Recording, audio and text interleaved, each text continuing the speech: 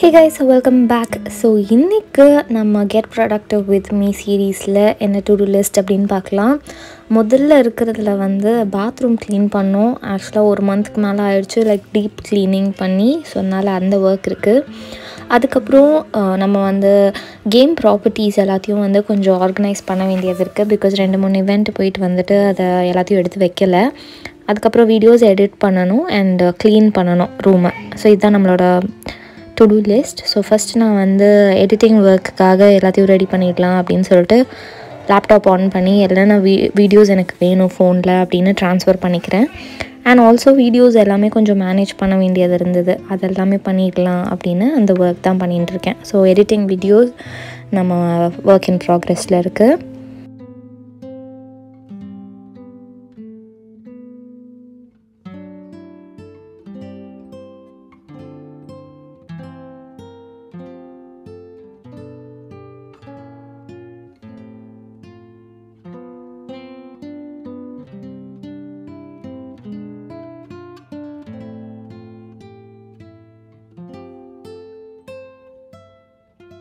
So இந்த விஷயம் உங்களோட இப்போ ஷேர் பண்ணிக்கலாம் அப்படிங்கிறதுக்காக தான் காமிக்கிறேன். ஸோ December 5th 6th வரைக்கும் நான் ஆல்மோஸ்ட் ஷார்ட்ஸ் வந்து ஸ்கெட்யூல் பண்ணி வச்சுட்டேன்.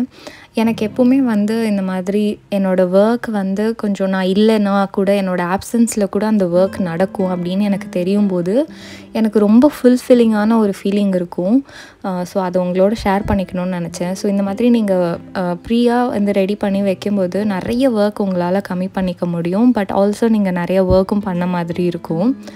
ஸோ அதுக்கப்புறம் வந்து அன்றைக்கி தேவா சாங்ஸ் கேட்கணும் அப்படி சொல்லிட்டு ரொம்ப ஒரு மாதிரி க்ரேவிங்காக இருந்தது. சரின்னு சொல்லிட்டு நான் தேவாவோட நல்லா குத்து சாங்ஸாக போட்டு அன்றைக்கி வைப் பண்ணிகிட்டே நான் வந்து எல்லா ஒர்க்கும் பண்ண ஸ்டார்ட் பண்ணேன். இப்போது நான் வந்து பாத்ரூம் க்ளீனிங்காக பிஃபோர் உங்களுக்கு காமிக்கிறேன். கொஞ்சம் வந்து டர்ட்டியாக தான் இருக்குது, இருந்தாலும் நான் உங்ககிட்ட காமிக்கிறேன். ஏன் அப்படின்னா, நான் வந்து புதுசாக ஒரு பிராண்டு பற்றி நிறைய பேர் இந்த ஆர்கனைசேஷன் வீடியோஸ்லலாம் இந்த ப்ராடக்டை வந்து காமிச்சிட்டே இருந்தாங்க, இது சூப்பராக வேலை செய்யுது அப்படின்ட்டு. ஸோ அதனால் இதை நான் என் காசு போட்டு வாங்கி எப்படி இருக்குதுன்னு ட்ரை பண்ணி பார்க்கலாம் அப்படின்ட்டு சொல்லிட்டு இங்கே பக்கத்தில் இருக்க சூப்பர் மார்க்கெட்டில் வாங்கினேன். இது 299 rupees. இது நீங்கள் ஜஸ்ட் வந்து ஸ்ப்ரே பண்ணிவிட்டு ஒரு 30 seconds இல்லை 60 seconds விட்டுட்டு அப்புறம் வாஷ் பண்ணிட்டா உங்களுக்கு வந்து அப்படி ஸ்குவீக்கி க்ளீன் பாத்ரூம் ரெடி ஆகிடும் அப்படின்ற மாதிரி போட்டிருந்தது. ஸோ இது வந்து டஃப் லைம், அதாவது ரொம்ப அந்த சால்ட்டி வாட்டர் அந்த மாதிரிலாம் இருக்கிற இடத்துல தான் இது ரொம்ப ஒர்க் ஆகும் அப்படின்னு. ஸோ இதில் ஆல்ரெடி ஒரு ட்ரிப்பிங் இது தெரியுது இல்லையா, அது வந்து நான் ஹார்பிக்கை வந்து ஊற்றி விட்டு கழுவி பார்க்கலாம். ஏன்னா முன்னாடி நாங்கள் வர்றதுக்கு முன்னாடியே வந்து அந்த ஸ்டெயின் இதெல்லாம் இருந்தது. நான் ஹார்பிக்கை போட்டு வந்து ட்ரை பண்ணலாம் அப்படின்னு ட்ரை பண்ணேன், பட் இதுவும் ஒர்க் ஆகலை. சரி, அதனால தான் வந்து இந்த பிராண்டாச்சும் ஒர்க் ஆகும். பிகாஸ் எனக்கு அந்த இடம் வந்து எப்படியாவது அந்த லைம் இது போகணும் அப்படின்னு நானும் எவ்வளவோ ட்ரை பண்ணுறேன், அது போகவே மாட்டேங்குது. இன்றைக்கி நான் என்ன பண்ணேன், இந்த எக்ஸோவோட ஸ்க்ரப்பர் எடுத்துகிட்டு வந்தாச்சும் தேய்ச்சி போட்டு எப்படியாவது நம்ம இது எல்லாத்தையும் போக்க வைக்கணும் அப்படின்னு சொல்லிட்டு அதெல்லாம் ஸ்ப்ரே பண்ணிவிட்டு நான் வந்து அப்படியே விடாமல், ஏன்னா லாஸ்ட் டைம் நான் அப்படியே விட்டு வச்சுருந்ததுனால தான் அந்த மார்க் அப்படியே தெரியுது. ஸோ அதனால் நம்ம ஸ்க்ரப் பண்ணிவிட்டு ஒரு 30 to 60 seconds விட்டுட்டு அதுக்கப்புறமா வாஷ் பண்ணிக்கலாம் அப்படின்னு சொல்லிட்டு தான் இப்போ நான் அந்த ஸ்க்ரப்பர் போட்டு நல்லா ஸ்க்ரப் பண்ணிகிட்ருக்கேன். பட் ஹானஸ்ட்லி இது வந்து ரொம்ப டைம் கன்சியூமிங்கான ஒரு வேலை. அண்ட் ஆல்சோ எனக்கு அன்றைக்கி பெண்டு கலண்டுருச்சு. நான் வந்து இந்த மாதிரி செக்ஷன் பை செக்ஷன் அந்த ஒரு டைல் இருக்குல்ல, அந்த மாதிரி 2 செட்டு எடுத்து தான் நான் வந்து ஸ்க்ரப் பண்ணி வாஷ் பண்ணேன். பிகாஸ் என்னால் கண்டினியூஸாக எல்லாத்துலேயும் போட்டு சடனாக பண்ண முடியாது அப்படிங்கிறதுனால நான் பார்ட் பை பார்ட்டாக தான் பண்ணேன். அண்டு அதுக்கப்புறம் நான் இந்த நாப்ஸ் எல்லாம் இருக்குல்ல, டேப்பு நாபு எல்லாத்துலேயுமே அந்த ஸ்க்ரப் யூஸ் பண்ணி பார்த்தேன். ஆக்சுவலி எனக்கு அந்த வால்ஸை விட இந்த மாதிரி இந்த ஸ்டீல்லலாம் வந்து சூப்பராக அழுக்கு போயிருந்தது. அழுக்கு மீனிங் அந்த லைம் வந்து போயிடுச்சு, உப்பு கரை ரொம்ப சூப்பராக போயிருந்தது. அண்ட் அந்த நாபு டேப்பு எல்லாமே வந்து பார்த்திங்கன்னா புதுசு மாதிரி அப்படியே சேஞ்ச் ஆகிடுச்சு. எனக்கு அப்படி பார்த்த உடனே ஒரு மாதிரி ஒரு சாட்டிஸ்ஃபைங்கான ஒரு ஃபீலிங் இருந்தது. பட் வால்ஸில் வந்து அந்த அளவுக்கு நான் எக்ஸ்பெக்ட் பண்ண அளவுக்கு இல்லை, அவங்க வீடியோஸில் காமிச்ச அளவுக்கு அது வந்து போகலை. அவங்களும் அதே மாதிரி காட்டும்போது இந்த மாதிரி டேப்ஸ் எல்லாம் தான் காமிக்கிறாங்க. அவங்களோட ப்ரொமோஷனல் வீடியோஸில் காட்டும்போது கூட டேப் எல்லாம் தான் காமிக்கிறாங்க. அது அப்படியே ஸ்குவீக்கி க்ளீனாக இருக்க மாதிரி. நீங்கள் பாருங்களேன், இந்த மாதிரி அப்படியே புது டேப் மாதிரி. நாங்கள் வந்து புதுசில் அது எப்படி இருந்திருக்கோம் யோசிச்சு பாருங்கள். இந்த வால்ஸை கம்பேர் பண்ணும்போது அது எப்படி இருக்கோ யோசிச்சு பாருங்கள். ஸோ அதுக்கப்புறம் நான் வந்து ஃபுல்லாக எல்லா இடத்துலையும் அந்த இதை போட்டு இது பண்ணிவிட்டு ஃபுல் பாத்ரூம் அன்றைக்கி வந்து அந்த டீப் க்ளீனிங் ஒர்க். ஆக்சுவலி இதுவே வந்து நான் எக்ஸ்பெக்ட் பண்ண டைமை விட ரொம்ப அதிகமாக எடுத்துடுச்சு. என் லைஃப்லேயே நான் இந்த மாதிரி ஒரு டீப் க்ளீனிங் ஒர்க் பண்ணதில்லை. அண்டு எந்த பிரேக்கும் எடுக்காமல் நான் பண்ணதுனால அன்றைக்கி செம்ம டயர்டு. ஸோ பாருங்கள், பாத்ரூம் வந்து அப்படி பல்லன்னு ஆயிடுச்சு. எனக்கு அப்படியே ரொம்ப ப்ரௌட் ஃபீலிங்காக ஆயிடுச்சு. ஸோ இந்த மாதிரி தான் இருந்தது பிஃபோரில். அப்புறம் ஆஃப்டரில் பாருங்கள், அப்போ பாருங்கள் அது எவ்வளோ சூப்பராக ஒர்க் ஆகுது. ஸோ கண்டிப்பாக அதை நான் வந்து ரெகுலராக யூஸ் பண்ணால் மேபி எனக்கு டிஃப்ரென்ஸ் தெரியும் அப்படின்னு நினைக்கிறேன். ஸோ ஐ திங்க் அந்த ப்ராடக்ட்டுக்கு வந்து எனக்கு கொஞ்சம் பிடிச்சிருக்கு, நான் யூஸ் பண்ணுவேன் அப்படின்னு தான் நான் நினைக்கிறேன். அதுக்குள்ளே நான் எடிட்டிங் ஒர்க்கும் முடிச்சிட்டேன்.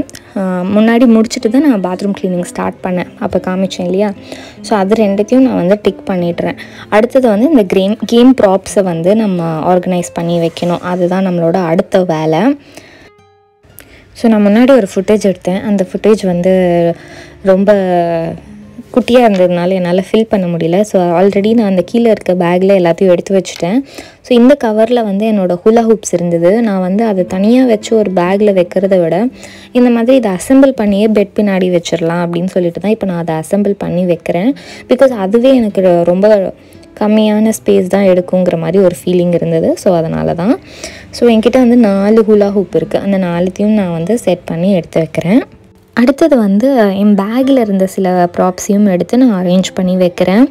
முன்னாடி போன ஈவெண்ட் வந்துட்டு என்னோடய மேக்கப் நான் வந்து கையிலே எடுத்துகிட்டு போயிட்டேன். அங்கே போயிட்டு நம்ம ரெடி ஆகிக்கலாம் அப்படின்ட்டு.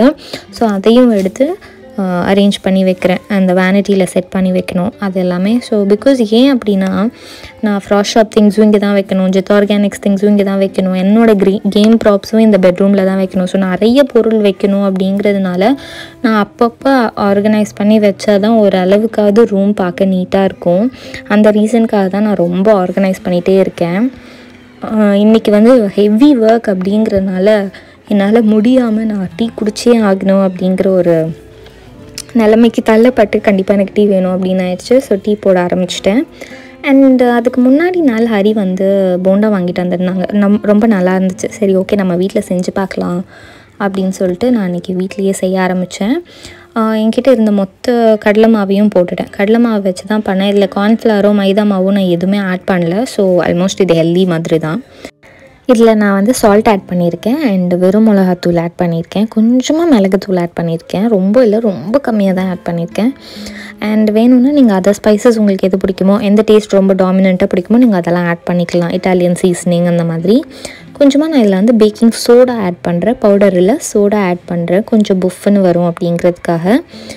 இது எல்லாத்தையும் சேர்த்து நான் இப்போ வந்து ட்ரையாக வந்து கலந்துக்க போகிறேன். அண்ட் ஆல்சோ நான் இதில் கொஞ்சமாக வந்து பெருங்காயத்தூள் ஆட் பண்ணியிருக்கேன். அதில் அந்த ரெசிப்பியில் போட்டிருந்தாங்க, சரி நானும் ஆட் பண்ணிட்டேன்.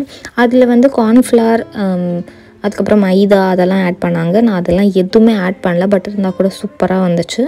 நான் வந்து 2 மீடியம் சைஸ் ஆனியனை வந்து இந்த மாதிரி நீல வாக்கில் கட் பண்ணிவிட்டு அதையும் ஆட் பண்ணி எல்லாத்தையும் வந்து நல்லா போட்டு பிசைஞ்சுக்கிறேன். நீங்கள் பக்கோடாக்கு எப்படி பிசைவீங்களோ அதே மாதிரி தான் பிசையணும். பட் பக்கோடா வந்து நம்ம அப்படியே போடுவோம், தண்ணி எதுவும் போடாமல். ஐ திங்க் இதில் வந்து நீங்கள் இதை நல்லா மிக்ஸ் பண்ணிக்கணும். ஃபஸ்ட்டு மிக்ஸ் பண்ணிட்டதுக்கு அப்புறமா இதில் வாட்டர் சேர்த்து நீங்கள் வந்து கலந்து ஒரு பேட்டர் ரெடி பண்ணணும்.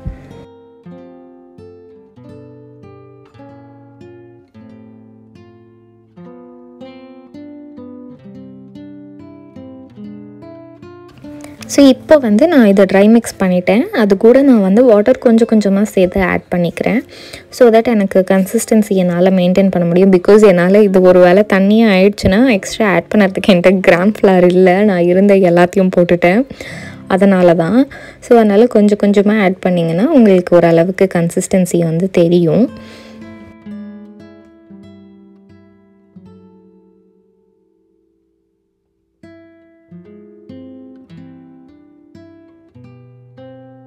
ஸோ இப்போ வந்து கடாயில் நல்லா எண்ணெயை காய வைங்க. காய வச்சுட்டு செக் பண்ணிவிட்டு நீங்கள் வந்து போண்டாஸ் குட்டி குட்டியாக போட்டு எடுக்கலாம். எனக்கு வந்து இதான் ஃபர்ஸ்ட் டைம் நான் போண்டா போடுறேன்.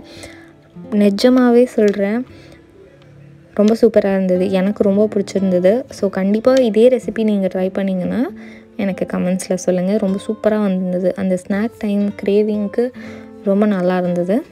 நான் வந்து எனக்கு, என் மாமியாருக்கு, என் ஹஸ்பண்டுக்கு 3 பேருக்கும் செஞ்சேன். அவ்வளோதான் இருந்தது கிராம் ஃப்ளவர். ஸோ அதனால் கரெக்டாக எங்கள் 3 பேர் அளவுக்கு தான் போயிடுச்சு. ஸோ இது வரைக்குமே பார்த்தாலே எனக்கு வந்து ரொம்ப ஃபுல்ஃபில்லிங்கான ஒரு டே தான். நான் நினச்சது, நினைக்காதது, ஐ மீன் லைக் லிஸ்ட்டில் இல்லாதது அந்த மாதிரி கூட நிறைய விஷயம் இன்றைக்கி நான் முடிச்சிருக்கேன். ஸோ அதனால் போண்டா வாஸ் அடிஷ்னலாக எனக்கு ஒரு போனஸ் மாதிரி, நான் செஞ்ச எல்லாத்துக்கும் ரிவார்டு மாதிரி இந்த போண்டா ஆகிடுச்சு. அதுக்கப்புறம் தான் ஞாபகம் வந்தது, துணி போட்டிருந்தோம். துணி போட்டதை வந்து காய வைக்க மறந்துட்டோம். ஸோ அதனால் வந்து அதை ஓகே உடனே காய வச்சிடலாம் அப்படின்னு. ஏன் இந்த புகை மூட்டமாக இருக்குது பேக்ரவுண்டில் அப்படின்னு பார்த்தீங்கன்னா, அப்போ தான் சாம்பிராணி போட்டிருந்ததுனால அந்த புகை மூட்டம் இருக்கிறது. ஸோ நான் வந்து எல்லா துணியும் காய வைக்கிறேன். ஸோ அன்றைக்கான டு டூ லிஸ்ட்டில் ஆல்மோஸ்ட் எல்லாமே நான் முடிச்சிட்டேன். ரூம் க்ளீனிங் மட்டும் நான் டிக் பண்ணாமல் வச்சுருக்கேன். பிகாஸ் நான் நினச்ச ஸ்பேஸஸ் வந்து க்ளீன் பண்ணலை. அதனால் நான் வந்து அதை டிக் பண்ணாமல் விட்டுருக்கேன். ஸோ மற்றபடி எல்லாமே அன்றைக்கி முடிச்சிட்டோம். ஸோ நீங்களும் உங்களோட டு டூ லிஸ்ட் கிளிக் பண்ணிங்களா, எல்லாமே டிக் பண்ணி முடிச்சிங்களா அப்படின்னு கீழே சொல்லுங்கள். இதே மாதிரி இன்னொரு வீடியோவில் நான் உங்களை சந்திக்கிறேன். பாய்.